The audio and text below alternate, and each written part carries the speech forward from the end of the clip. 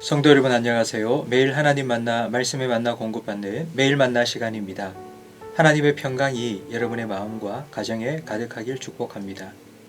오늘 본문 역대하 25장 1절에서 13절은 1절에서 4절 왕이 된 아마샤, 5절에서 13절 순종하는 아마샤로 나눌 수 있습니다.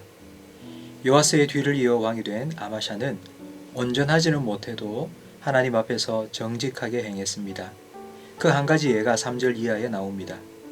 왕이 된 아마샤는 아버지 요아스를 죽인 신하들을 죽입니다. 왕을 죽인 대역죄는 3대를 멸족시키는 것이 보통입니다. 하지만 아마샤는 요아스 왕을 죽인 신하들만 죽였고 그들의 자녀들은 살려주었습니다. 그 이유는 모세의 율법에 그렇게 하라고 말씀하시기 때문입니다. 자식들은 그 아버지로 말미암아 죽임을 당하지 않을 것이요 각 사람은 자기 죄로 말미암아 죽임을 당할 것이라고 신명기 24장 16절은 말씀하고 있습니다. 이 말씀에 순종한 것입니다. 하나님의 말씀을 가까이 하고 그 말씀에 순종하는 것이 하나님 앞에서 정직하게 행하는 것입니다. 아마샤는 에돔과 전쟁을 하기 위해 군대를 소집했습니다. 전쟁에 나갈 용사가 모두 30만 명 모였습니다. 조금 부족하다 싶었는지 북이스라엘에 은 100달란트를 주고 용병 10만 명을 고용했습니다. 40만 명의 군사를 거느리고 전쟁에 나갈 때 어떤 하나님의 사람이 찾아와 하나님의 말씀을 전해줍니다. 북이스라엘 군대와 함께 전쟁에 나가지 마십시오.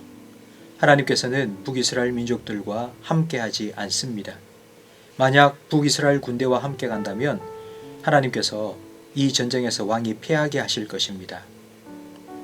하나님께서는 선지자를 통해 아마샤가 한 일에 대해 두 가지를 지적하셨습니다. 첫째, 하나님을 떠난 북이스라엘과 연합한 일. 둘째, 하나님이 아니라 북이스라엘을 신뢰한 일입니다. 이 말을 들은 아마샤의 마음이 흔들렸습니다. 하지만 이미 건네준 은 100달란트가 아까웠습니다. 이 큰 돈을 날리게 되었는데 어떻게 할까요? 성도 여러분, 여러분이라면 어떻게 하시겠습니까?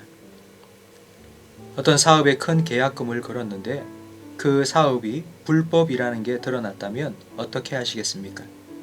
믿음과 돈 사이에 갈등이 생겼을 때 어떻게 하시겠습니까? 이때 하나님의 사람이 아주 명쾌하게 정리해 줍니다.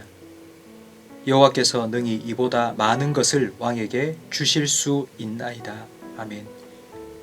우리가 믿음을 지키기 위해 말씀에 순종하기 위해 손해 본 것이 있다면 하나님께서 책임져 주십니다.